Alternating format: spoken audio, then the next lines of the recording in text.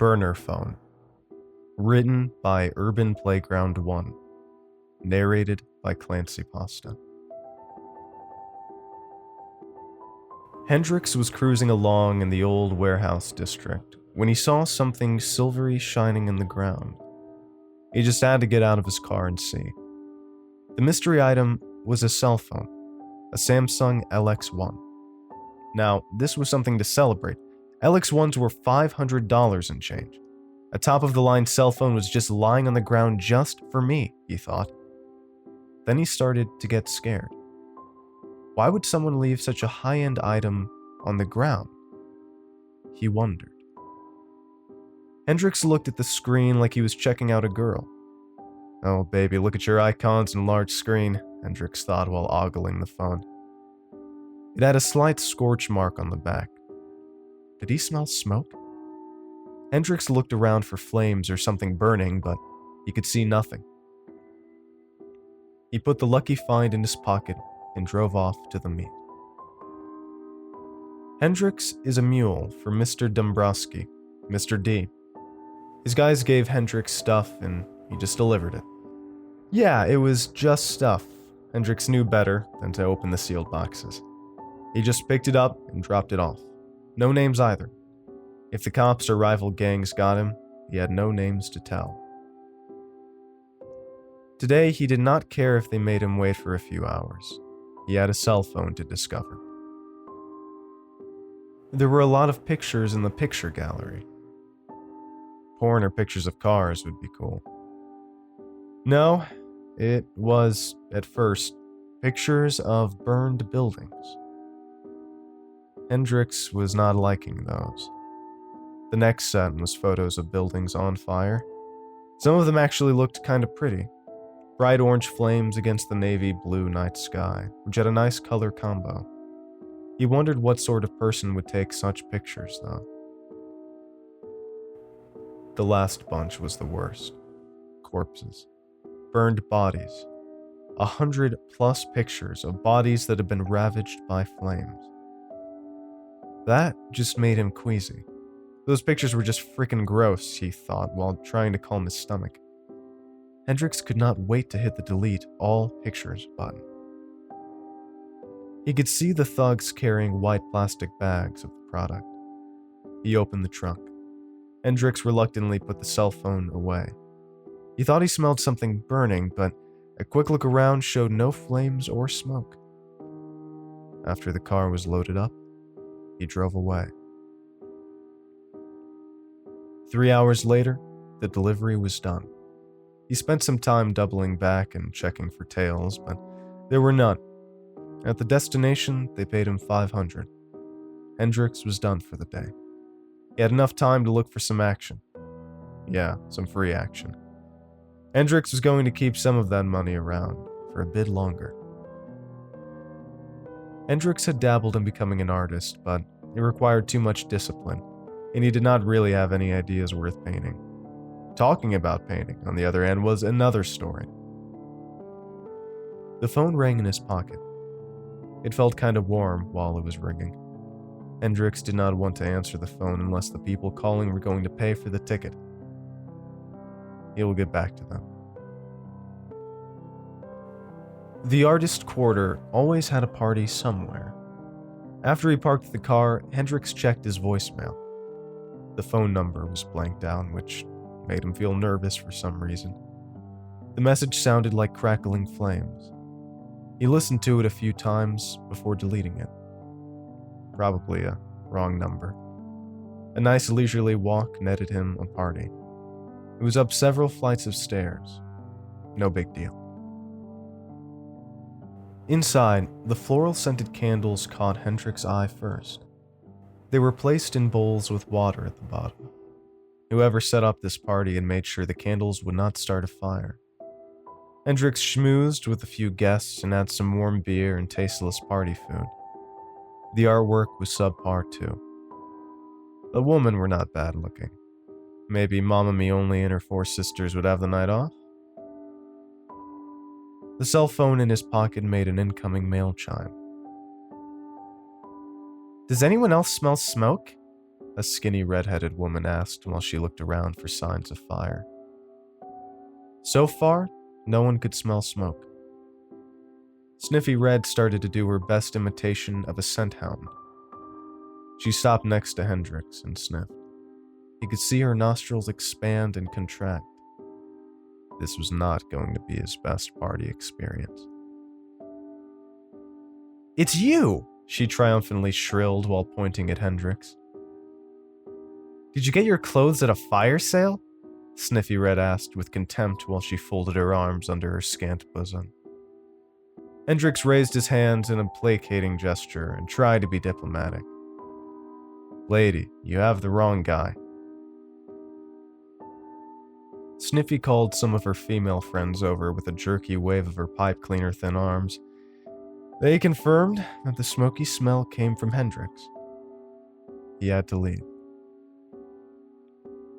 Hendrix went by his favorite Chinese takeout restaurant and then went home. Being kicked out of a party by a skinny redhead had soured his mood. He sniffed his clothes again. No smoky smell here. The evening ended with TV, sleep, and nightmares.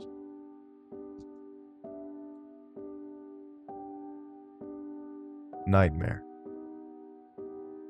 Sniffy Red was throwing another party, or maybe the one she kicked him out of was still going on. A burning female hand touched the curtains lightly. The curtains went up in a sheet of flame.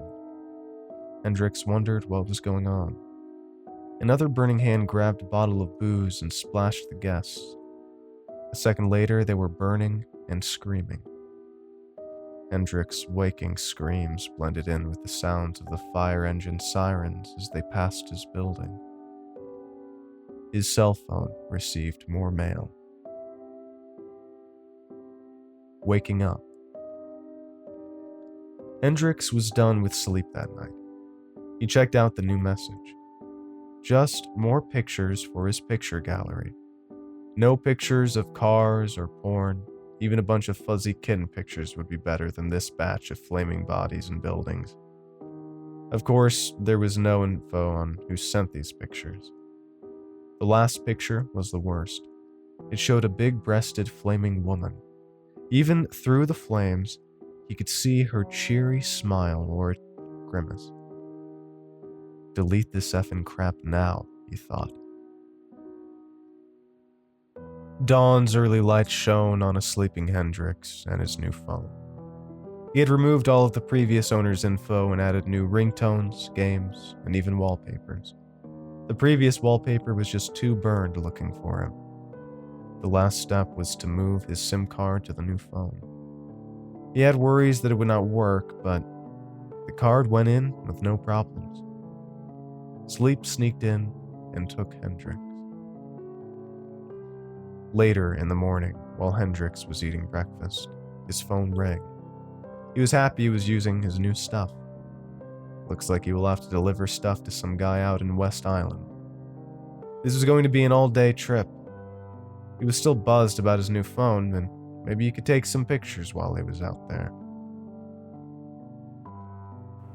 The drive down to the pickup area was boring. Hendrix preferred boring to exciting.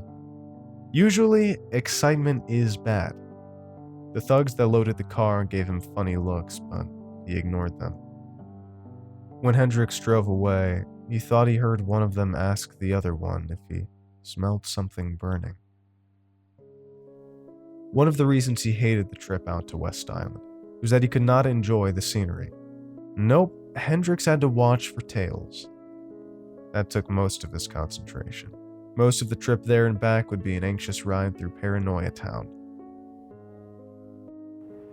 The drive to the delivery point was a blue sky, green tree blur broken up by white house blurs.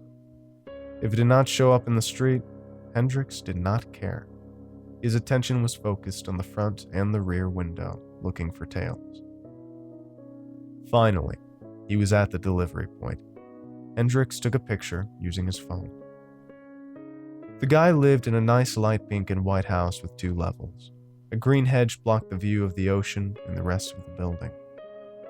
All Hendrix could see of the house was the second-floor balcony. At ground level, there was just a black gate with hedges on both sides. He honked his horn. After too many minutes, the guy showed up. Hendricks got a good look at the red eyes and shaky hands. Something about that made him more anxious. This may not turn out well, he thought. Hendricks got out of the car and confronted the unsteady guy. "You have my money, right?" Hendricks asked pointedly while he leaned into the guy.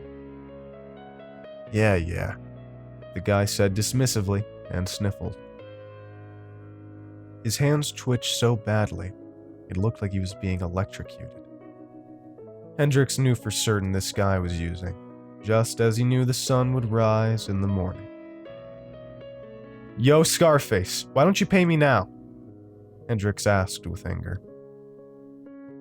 Dealers that use usually have money flow problems, and Hendricks was not in the mood to be stiffed. Fear flitted across Scarface's face. He was scared. Mr. D had little tolerance for user dealers. Scarface reached into his pocket with a trembling hand. "What the hell, man? Do you want to get arrested?" Hendricks screamed at him in surprise. Even to a blind person, this would look like a drug deal. This guy was really messed up. Scarface walked into his house and motioned Hendricks to follow. Reluctantly, he followed. Maybe Scarface had a gun and it will be over with a gunshot?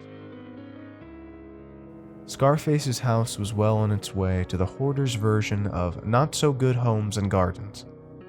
Empty food containers and other boxes were piled up on tables and the floor. The smell was not so good, too. Seems like things were rotting somewhere.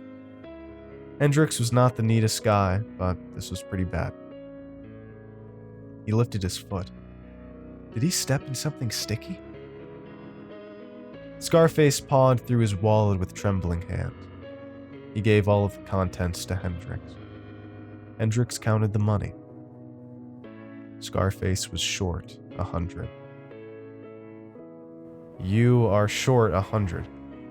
You know what my fee is? Do you want me to call Mr. D?" Hendricks asked with fury.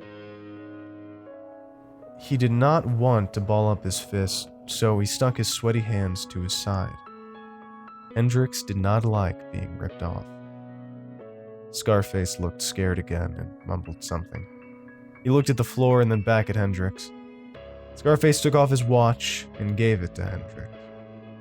The metal armband jingled in the quivery grasp. It was a fine silver and black watch, but Hendricks was still annoyed. One way to attract the attention of the cops was to flash stuff that was above your income bracket. You would have to sell it to a fence, or dancing around to get his money. Today it was sliding towards the toilet really fast, Hendricks thought. He took some time to scrape whatever he stepped on off his shoes. This stuff better not smell when he gets in the car. Seeing Scarface's look of hunger when Hendricks opened the trunk of his car and helping him carry the bags in was the icing on the crap cake.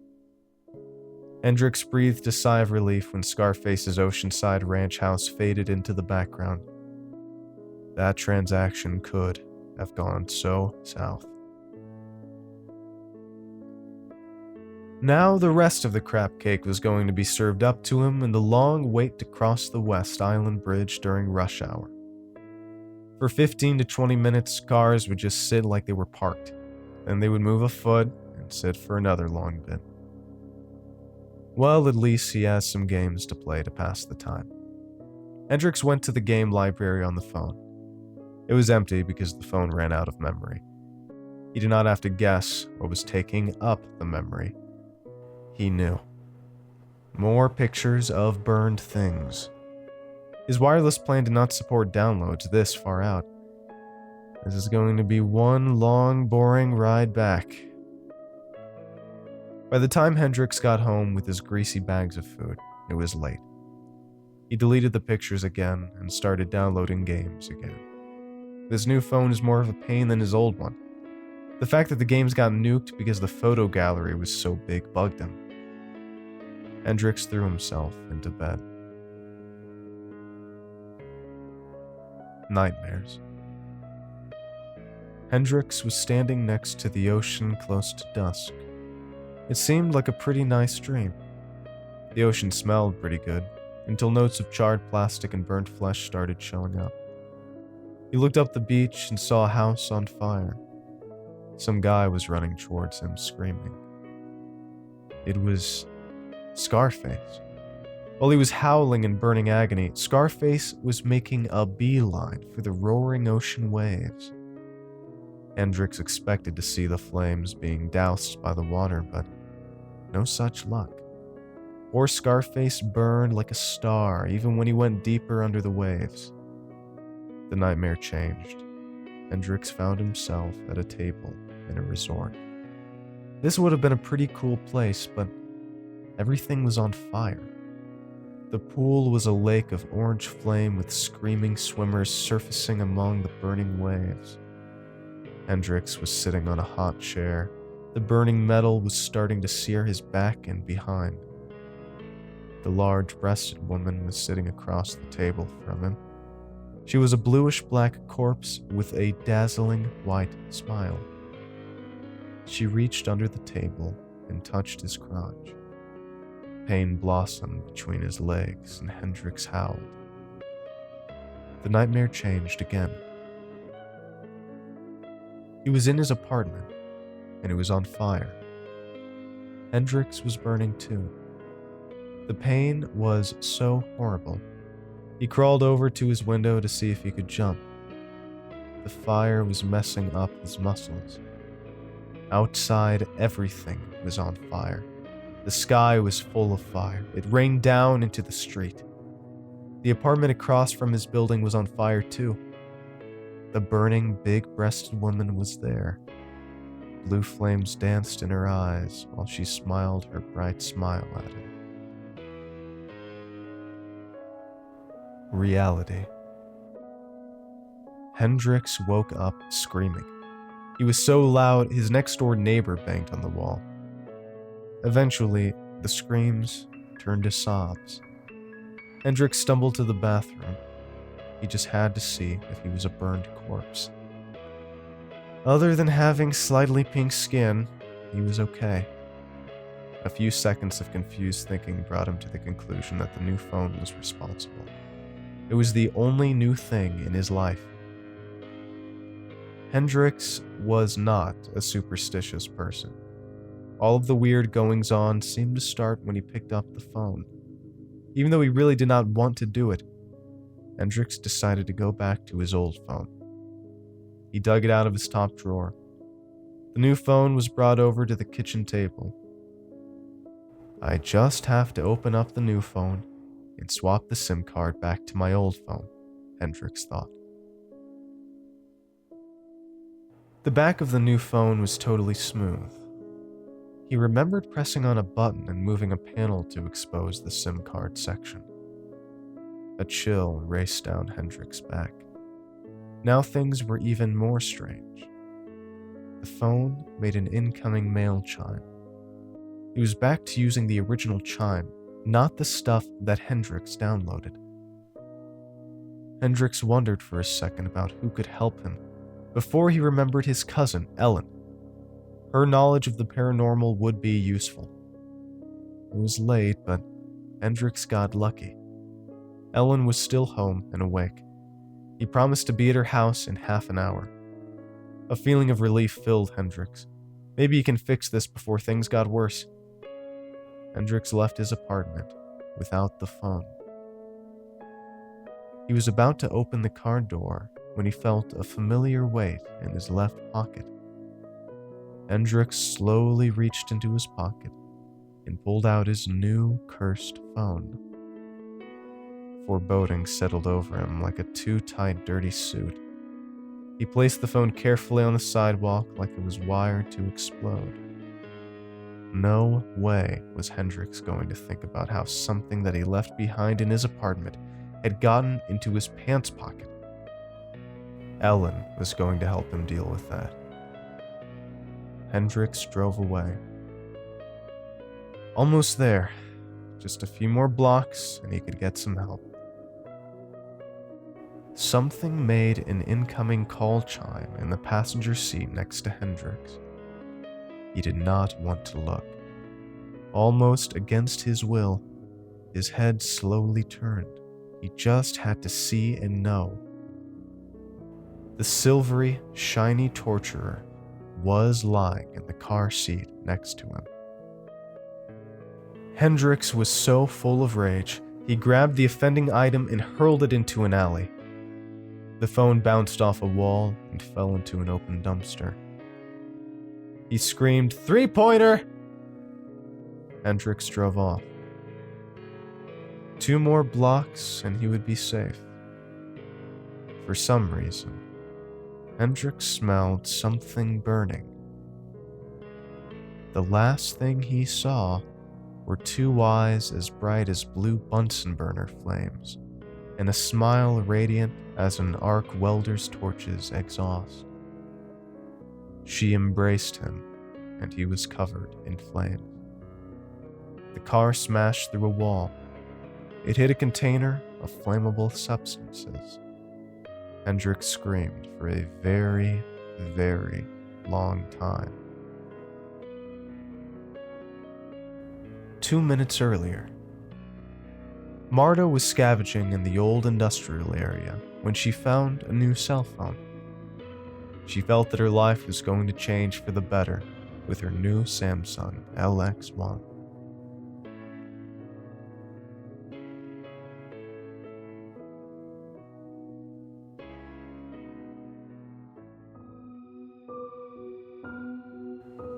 Okay. Well, thank you all for listening. I hope you enjoyed tonight's story. If you did, please give it a like, subscribe for more, and tell yourself, hey, I just gave this man a like, and I just subscribed to his channel, and I feel good about that. Huge thanks to Urban Playground 1 for submitting his story and allowing me to narrate it for you. Of course, links to the author will be in the description, and if you'd like to support the show, I would really appreciate it if you would take a look at my Patreon account and consider pledging $1 or $2 a month. That will help me so much, and you'll also get access to ad-free episodes. So when an episode is uploaded, within a minute or 2 of it, you can go to the Patreon, see it there, and except there, you'll actually be able to listen to it completely ad-free. But if not, just you subscribing, watching, maybe telling a friend about it, helps so much. I really, really cannot say how much I appreciate it. Thank you to all my Patreon, YouTube member, and Anchor supporters, and I hope you all have a great night. Cheers.